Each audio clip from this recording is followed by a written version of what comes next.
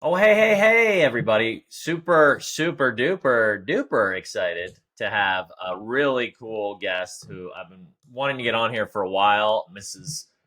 Claudia Garbutt.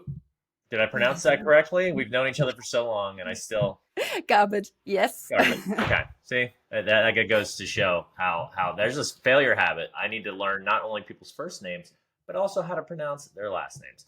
But thank you for being on the show. I'll just give the rundown because I want her to kind of get into her origin story and how she got here and what she's doing.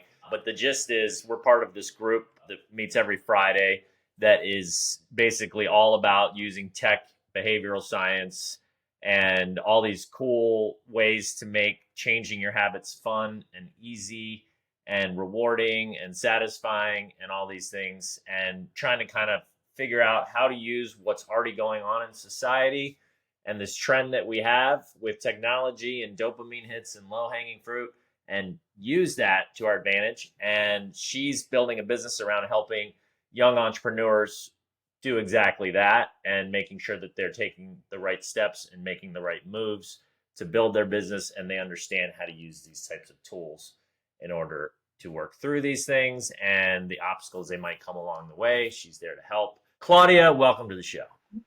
Thank you so much for having me, Will. Looking forward to this. Yes, absolutely. So, yeah, I mean, obviously, I know all this, but I want you to tell the audience a little bit about kind of how you got here, and and then kind of get into your main mission and what you're trying to do, and then we can get into it. Yes, absolutely. So the bird's eye view is I'm a molecular biologist turned mindset and high performance coach who helps those ambitious and mission driven entrepreneurs to work basically with their brains and bodies instead of against them, so that they can build those $1 million businesses without sacrificing their health, relationships, or happiness. And as you know, I'm also the host of the Wired for Success podcast, where I interview industry experts and thought leaders and super successful entrepreneurs like yourself to explore how we can stay happy and healthy and productive while we're building our legacy and our businesses. And to come back to that origin story, well, I think something that most people probably don't know about me is that I've always been really, really good at solving problems by creating structures and systems and by developing habits that really help me achieve my goals.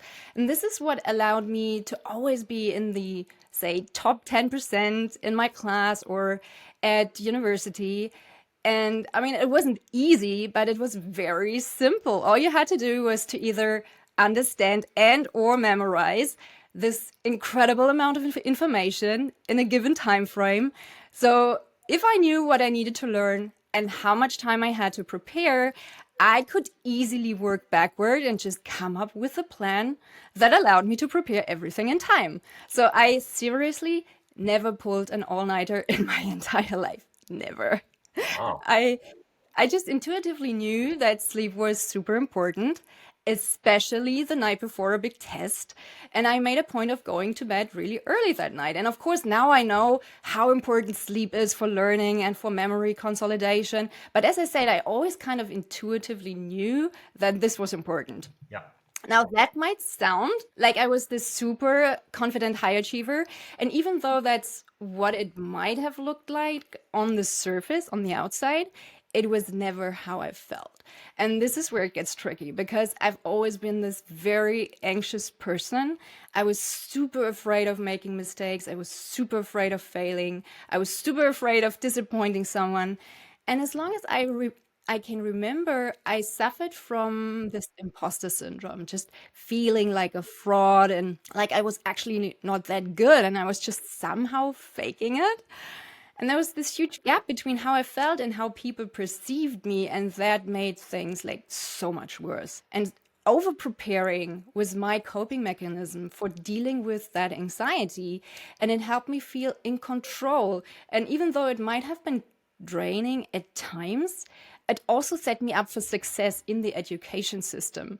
So here's the plot twist. You know how your systems that used to work so well can fall apart once your circumstances change? Has that happened to you? Yes. Yes, right? That's pretty much what happened to me when I started my PhD project. Because up to that point, just work harder and don't quit had been my default strategy to deal with any type of challenge, and it had been a winning strategy. But this time around, things were different. I was in this, in this toxic work environment with a bully as a supervisor who just wasn't interested in seeing me succeed. So all of a sudden, I could work like 60, 80 hours a week, and it still wouldn't be enough, and it still wouldn't be appreciated. And there simply wasn't anything that I could do to please her. And at that point in time, I just didn't understand that it wasn't my fault, that she had told everyone in the beginning, apparently, that she didn't think that I was going to make it. And she was just trying to prove her point. But I didn't know that at the time. So it felt like I just couldn't do anything right. And this was something completely new to me because my strategies didn't work anymore. And at the same time, I was stuck in a toxic relationship. So I really felt stuck between a rock and a hard place. And I didn't want to be at work. I didn't want to be at home. And I just felt like I had nowhere to go. And I got really, really bad to a point where I felt that every day was just this huge mountain that I somehow had to climb without any energy.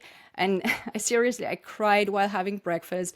I cried all the way to work. And then all I did was just focus on getting through the day. That's how bad it got. And I was burnt out. I was depressed. And that's when my body decided to pull the plug. Enough was enough. And I was just 28 when I got suddenly diagnosed with leukemia. And that meant that my life just turned upside down from one day to the next. As soon as I got the diagnosis, I had to pack a bag. I had to go to the hospital, which I wouldn't be allowed to leave for the next 6 weeks. In those 6 weeks, I had to undergo several rounds of chemotherapy and other painful procedures. I lost my beautiful long hair. I had several complications. I almost died from an infection. And I only weighed about 48 kilograms once I was allowed to leave again. So I was just skin and bones at the end of the 6 weeks. And the weird thing was that while my body struggled and I experienced so much physical pain, I pretty early on had this feeling that this had happened for a reason. And it wasn't my body betraying me, but it was my body trying to protect me from myself, if that makes sense. Because it felt like I had ignored all the warning signs. I just hadn't listened, and I just stayed in situations that I should not have stayed in. And I realized that I couldn't go on living in fear and putting everyone else first. So what I needed to do was to really make some hard decisions and choose what was right for me. So that's what I finally did. And once I recovered, I applied for a different PhD project in New Zealand. I broke up with my boyfriend at the time, and I moved to the other side of the planet. It was still super, super scary, but it felt like something I needed to do in order to heal. And what I learned from that experience is that what the mind suppresses, the body expresses. So holistic health really has to look beyond just the physical health and beyond just exercise and diet.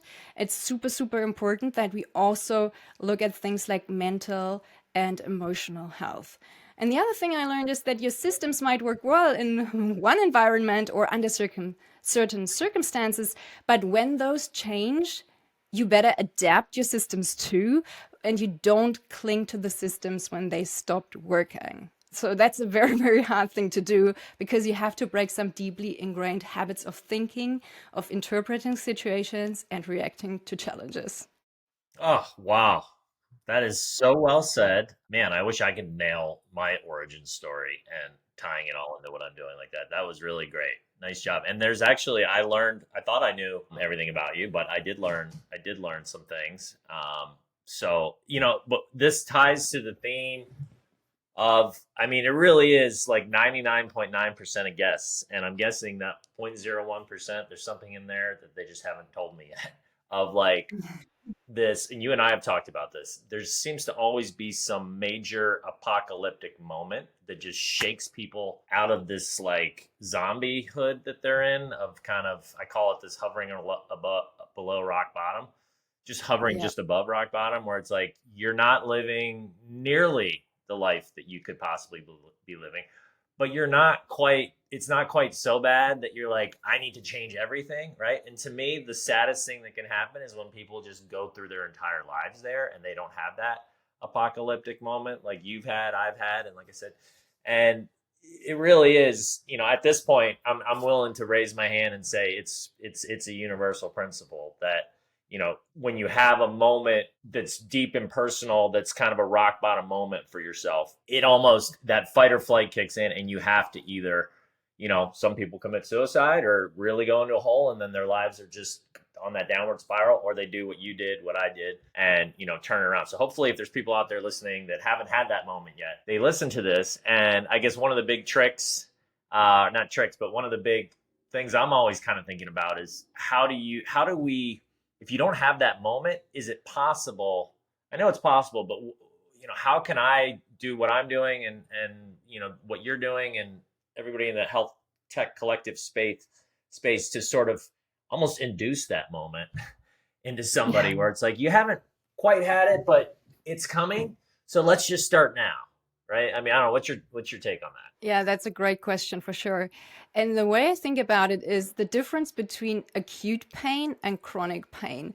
So what you're describing, the hovering just above rock bottom, that's the chronic pain. That's like this nagging thing that is not quite bad enough for you to take action, as compared to like something that like this rock bottom moment that the both of us had, where it's this acute pain of like, you have to do something right now or it's not going to end well.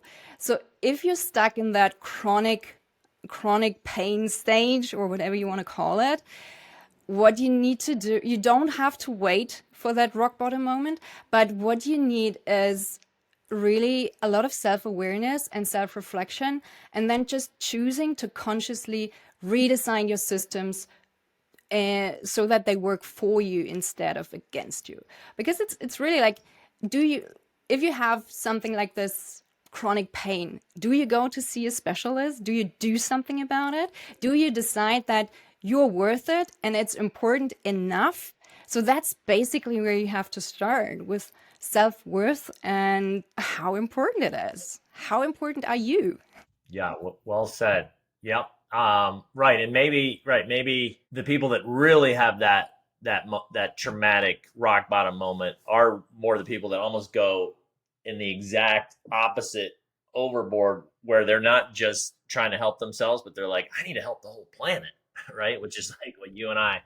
So right, you don't need to help the whole planet, although, as what you and I both know, one of the healthy success habits that you'll want to develop that is also based on the universal principle is do unto others, give unto others, give back. But it doesn't mean you have to make your career out of it, like you and I have done to try to help.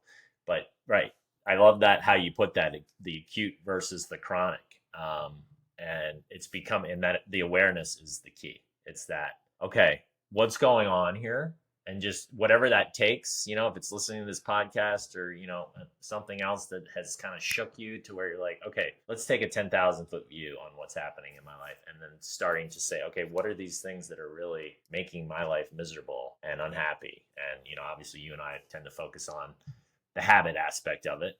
We are our habits are us. So, the way I would say it, and I think you would probably say it, is what are these habits that are crushing us, our momentum, our happiness in not just our work life, but all areas that are important: our physical, our emotional, our relationships, our mindset, these types of things, right? And what are the steps to take to fix that? Which leads us into our next question that I have for you. So how do they? Well, what is your answer? What is your solution and your system? For taking stock, or for developing a new habit, or sorry. Well, so we'll just say, so they've gotten to the point where they've identified, okay, I need help. My life's not working, but they're not quite sure how to identify, right? What to do, what the first next steps are. What would you tell these people? I think the first thing that sometimes people, when they just look at the habits, tend to forget is mindset and the importance of mindset. So the thing that people have to understand about mindset and how it relates to habits is, as you know, first you make your habits and then your habits make you. And this is so true. And I wish that just everybody understood the power and importance of habits, because you are what you repeatedly do. But that said, how do you consciously, or sometimes even unconsciously, decide which habits to pick? And this is where your mindset comes in, because your mindset is really the filter through which you see the world. It's influenced by your past experiences and by your core beliefs about yourself and about how the world works. And if you want to become healthier by, say, exercising more, but you believe that you're just not talented or you're just not into sports and there's nothing that you can do about it, you either won't give it your best shot or you will run out of steam quickly and then just think, see, I told you I couldn't do it. I'm just not that kind of person. Because we all have this confirmation bias where our mind tries to confirm our current beliefs so that we can experience the world as coherent and predictable. And that's why it's so important to not believe everything you think if you really want to make those important changes. Because if you believe in the wrong things, you will take the wrong actions and that won't get you to your goals. So ideally, your beliefs and your goals are aligned and allow you to take inspired actions that get you closer to your goals. So this is exactly where things often fall apart, because you want to exercise more, but you believe you don't have the time. You want to eat a healthy diet, but you believe you can't cook. You want to build this successful business, but you believe you can't do it because you didn't study entrepreneurship. Nobody else in your family is an entrepreneur, or whatever else goes through your mind. And if you truly want to succeed, you need to let go of those limiting beliefs and lame excuses, because that's what they are. And you can easily identify them because they either start with, I am too, insert your excuse here, I am too old, I'm too young, I'm too dumb, I'm too whatever, or I don't have enough time, money, energy, knowledge, skills, connections, whatever else you think you're lacking. So here's a great question to ask yourself if you've identified one of those limiting beliefs, aka excuses. Say you think you don't have enough time to work out. You just ask yourself, is it true that anyone who's in a similar position as I am can't make time to work out? Are there people who are at least as busy as I am and who still make time to work out? Can you find examples of busy people who still prioritize exercise? And you will probably find that the answer is that there are plenty of people like you who are doing it. It's just a matter of priorities. Because if your doctor told you that your life depended on you making time to exercise 30 minutes each day, would you be able to do it? Yes or no? You would, Sure. right? Yeah. You would find the time to exercise 30 minutes. And that's the thing. Your life really kind of depends on it. You're just not aware of it. And your doctor hasn't called you yet. So you think it's okay to ignore it just a little while longer before it all comes crashing down. So the thing is, you don't have time, you make time for what's important. And I know that's a bitter pill to swallow, but take it from a cancer survivor. Tomorrow is not guaranteed. That was really well said. And speaking of making time to do success habits that will transform multiple areas of your life, what would you say is your top success habit that you've developed, your golden habit, so to speak, that's the perfect one for Claudia? And then we can talk about how you may have gamified it in order to get to the point where it became automatic, and or you're still gamifying it on a daily basis. So my perfect habit is, or my golden habit is, going for a run, because that's something that I've always enjoyed. The resistance is low, but once I had kids, I kind of paused for a few years because it was just so overwhelming. And at some point, I needed to get back into my regular exercise routine. And exercise is just, like, in general, it's so important for eliminating stress hormones and for mood regulation, and for so many other things. It's really a non-negotiable. And something that I really wanted to do at the time, I was meditating, but because I had heard so many wonderful things about it, but my mind was just racing too much and I couldn't focus. So I had to start my running habit first before I could start meditating, because running allowed me to calm down enough to focus. And which might not be so surprising, because when you go on a slow and long run, like I like to do, you get into this flow state and your brain can enter the same alpha brainwave state that you enter when you meditate. And the alpha brainwave state makes you feel calm and relaxed. It increases your creativity. It enhances your ability to absorb new information. So all the good stuff. So running to me is really just like active meditation. And apart from that, exercise also induces, as you know, the endorphins, the dopamine, the serotonin, which is this powerful feel-good neurotransmitter cocktail, which is why I would recommend exercise as the first high performance habit to pick up for anyone who is going through a tough time. Unfortunately, it's also the first habit people drop when things get stressful. But if you'd like to do yourself a favor, stick with that. You will do your best work when you're in the right state of mind, and exercise is definitely going to help you get there. So to me, running is the perfect habit.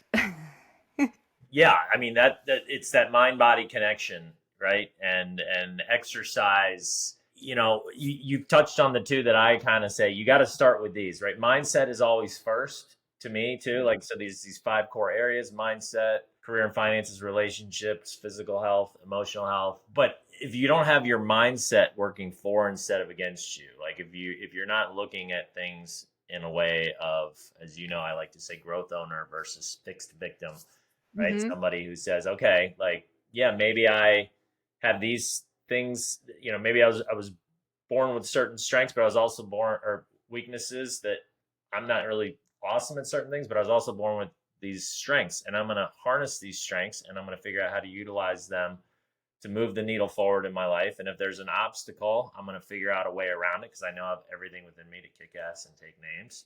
And it's just a matter of time, right, before I can do it. And I'm going to fail forward, and so on and so forth, with that attitude of like, basically, there's nothing that's going to stop me, and I'm going to keep going until I reach my goals. That's a huge, huge, huge thing to develop, in order to then spread, and it ripple effects to the rest of your cores, and it makes everything, your other habits and your other cores, incrementally easier when you start to develop that mindset. But that doesn't come easily, especially if you're used to having a victim mindset where you're beating yourself up and you're saying, I'm less than, my brain is broken, like I must be a failure because I got a bad grade on this test. You were talking about studying earlier. It sounds like maybe you had that victim mindset for a while as well, just like I did. Absolutely. And so, yeah, I love that you're, right. We're starting with mindset, and then that physical aspect. You can't, your brain needs, your body's got to move at least a certain amount. Everybody's different, right? The health organizations all give their recommended, but we know that you got to get your body going. You got to sweat at least a couple times a week, whatever that means for you. And for you, you found that that's running. And I will dare anybody listening to this podcast right now to tell me that they haven't had a eureka moment, or like a super inspirational, like, oh my God, yes, moment when they're exercising. Because I feel like you were just saying, it's that cocktail of awesomeness, where it's like these endorphins and these things are happening to where your brain starts firing and doing things that it doesn't do in its default mode when it's just sitting watching TV eating Cheetos, right? And so one of my success habits is I keep my phone right there next to me when I'm working, and I have a little notes section, and any idea that I get, I'll just plug in there, and then I know later when I go back to my computer to sort of work that into whatever area I'm working on. I always have my best ideas when I go for a run. And a few years ago, I started to use voice memos to record them while I go for a run, because as you said, sometimes inspiration strikes and you have to record it, because otherwise it's gone again by the time you get home. That's exactly right. So that's one of my little hacks. So gamification methods within the actual running. Let's go back to the original question I asked you. How did you? I assume your running is now an autopilot type of situation. You run, and Mhm. how often do you run, and for how long? What is your system? That changes depending on whether or not I'm training for something specific. So last year, I had the goal of just running a 50K ultra marathon. So my training was completely different. This year, I'm taking it a little slow. I did a walking marathon earlier this year, and now I'm training for a 10K. So I'm not doing super long runs right now. I'm running mostly 10Ks, sometimes just 5Ks, and probably 5 to sometimes 6 times a week. So this is And perfect. This is a perfect example, right? So you've now tweaked. You had to tweak your system. So it's not like, yes, okay, you're just running the same amount every day for the rest of your life, which actually is good to tweak and move things around a bit because, right, you get bored, right, and your body goes, we've done this. Now let's do a new challenge. What's the new game that we're playing? So let's going back to that original question. For this method, so you tweaked your existing system. Now you to running different type of training and different amounts. How did you gamify that? How did you make it obvious or rewarding, easy, yeah, satisfying, attractive, these types of things? all the things. Yeah, as you said, the best habits are the ones that are completely personalized to your preferences, your lifestyle, and to your constraints. So for my running, before I had kids, I used to go running in the evenings with a group of people from work. And it was much more of a social event than it was an exercise habit. I mean, it was both, kind of both at the same time. But as a new mom, I didn't have any running buddies living close by, and evenings were the worst. I just had no energy left at the end of the day. So, do you see the theme here? This is just another instance of the once successful system breaking down when the circumstances change, and I needed a new system. So, when it comes to designing a new habit, I just love the James Clear atomic habit rules that you already mentioned. Like, make it obvious, make it attractive, make it easy, and make it satisfying. So one thing I always find super helpful for introducing a new habit and for making it obvious is habit stacking. So you link a new behavior to an already existing habit. And in my case, I knew that I wasn't likely to transform my evening because willpower is a limited resource, and I knew I didn't have enough willpower and energy left at the end of the day. So I needed to transform my morning instead and find a morning habit that I could build on.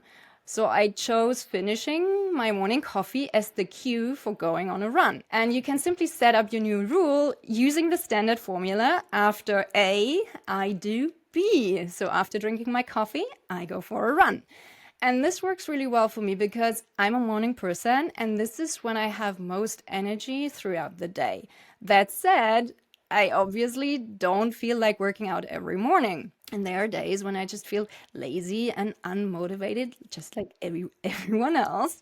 So, what can I do to make running even more attractive and to gamify the experience? Well, one thing that I can remind myself of is that I always feel better and more motivated after I went for a run. So just anticipating how good I feel afterward can already be enough to make me want to go. But if this is not enough, I bring out the big guns. So we are talking about temptation bundling here. Yes. Yes. And this is coupling the behavior that you wish you wanted to do, in this case running, with what you actually want to do. And in my case, this was listening to audiobooks or my favorite podcasts. And as a busy mom, I didn't have the peace and quiet to just sit down on the sofa and listen or read something. When I was at home with the kids, there was always something else to do. Someone wanted my attention, and reading and learning was something that I loved, but I felt that I didn't have the time or space for. So the moment I discovered audiobooks and the possibility of learning while I was going for a run, my mind was blown. This was pure magic. Now I suddenly had this win-win scenario.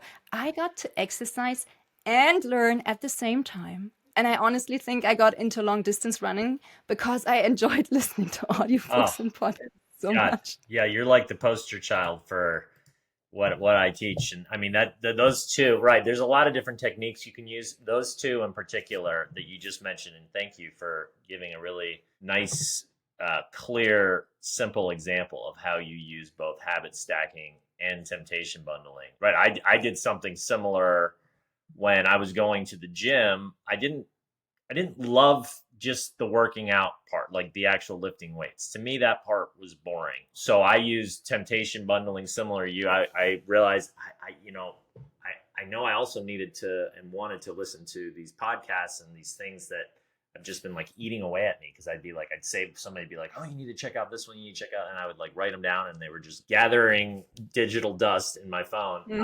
And then I started listening to them, and it was like I literally my emotions kicked in, and I was like, this is awesome. I'm taking notes while I'm working in between sets, and then I started craving the working out because I was like, I really enjoy that time, and I'm learning and growing my body and my mind. Heck yeah! It sounds like you stumbled on the same one. So I would encourage anybody out there that's got whatever your exercise routine is, figure out how to do exactly what Claudia and I just talked about with habit stacking and temptation bundling. And so for the habit stacking, she mentioned her coffee became the cue, right? So you got to find what is that cue. For me, it was my alarm. I just set my alarm, and I was like, okay, it's time to work out. And I had to do that for a little while, and then it got to be the point where like my mind, even before my alarm went off, was like, okay, it seems like it's about time to work out. So find that cue, because that's how it works. The habit loop, right? Cue, craving, response, reward. You got to have them all, and you can't get that reward, and you can't do the response and actually do the thing and get the reward that you want until you have that cue that signals it. So whatever that is for you, to make it obvious, make it easy, find it, right? Yes, absolutely. I think when you find those bundles that work really well for you, it's pure magic. And you can also define a reward for doing your new habit so you don't really have to do the things at the same time, like listening to podcasts while you go for a run. You can also use a formula like, after I do A, I get to do B. So maybe you just want to finish your new business course, and as a reward you watch an episode of your favorite TV show afterwards. So the point is, you have to make it work for you. Oh, love it. Well, I think we've given them such great little nuggets here. I don't like to overwhelm. I feel like you've given your background on what you're doing and how you're helping people, and now we've given some real world examples of both how to use your mindset and your physical health.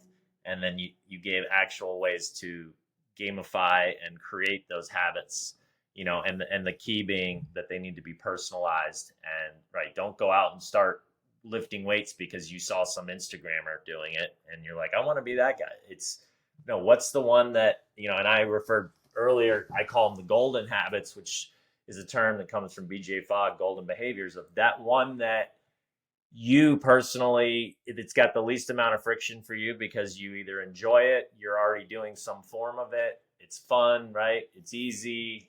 For you, it was the running. For me, I can play basketball for 4 hours, be drenched in sweat, and have the workout of my life, and not even feel like I exercised, right? Because I love competition and I love the camaraderie, and then it also hits my relationship core because I hang out with my buddies afterwards, right? So find out what that is for you, and employ some of these tactics that we're talking about, and you're on your way to building that momentum. So Claudia, Mhm. let's to wrap up here. I know you're building this health tech collective. Do you want to tell us a little bit about that for any entrepreneurs that are out there struggling to do the things we're talking about, both in their business life, starting their own business? Maybe they built one in the past and they're starting again and they're struggling, or this is their first one and they need help, as well as then managing that balance and that holistic lifestyle in these other main areas of their life. Sure, absolutely. So the idea is to create something like an entrepreneurship accelerator program where we have the mastermind component where we create the synergy just by bringing in people with different backgrounds and different skill sets and different personalities, who can all help you uncover your blind spots and fill in all the gaps that you have in your current life and business. But I also want to provide tailored one-on-one support, because that's the thing that I've seen missing in so many group programs, where people just feel left behind when they feel like they're maybe not making as much progress as other people in the group, and then they start to feel like, maybe this is not working for me, maybe I'll just not show up. So I really want to make sure that everyone gets the support they need. I want to build this resource library. I want to bring in guest experts who can speak about certain topics, and we run workshops. It's going to be so much fun. It already is so much fun. And I also want to create a framework around that, where we keep track of all the other things that are important. Like, how do you make sure that you still exercise, that you still do all the things that keep you healthy, happy, and productive? And I've got a new idea about that I will share on Friday. But yeah. I can't wait. Yeah. So we're this stuff she's talking about. We meet every week, and we're all entrepreneurs that are spitballing and helping each other to grow these businesses. So I mean, I love this idea. And so anybody that's out there that's interested in this, how can they find you and reach out to you? They can always find me on my website or through my website, which is www.wiredforsuccess.solutions. They can also reach out via LinkedIn, which is my favorite platform right now because it's the least spammy. And if they like to listen to podcasts, they can always check out the podcast and find me there. And I even set up a new subscription on Spotify recently, where they get access to new exclusive content. I love it. Well, thank you so much for being on. I feel you and I could easily talk for 500 hours, but a success habit that you have been teaching me that I'm not there yet, but I'm getting, and you've helped me, is, you come in, you nail the point, you get the good stuff in, and then you exit. No need to go on and on and on, because then people get lost and then they forget all the good stuff. So I think we got some really great things covered here today. Hopefully some good tips to help everybody gamify their habits, start leveling up in life. And Claudia, thank you, sweetie, for being a great guest today. Thank you. My pleasure. All right. Take care, everybody. See you next time. That's it for the Gamify Your Habits podcast with Will Moore. Subscribe wherever you get your podcasts, and be sure to visit moremomentum.com to learn how you can gamify your life.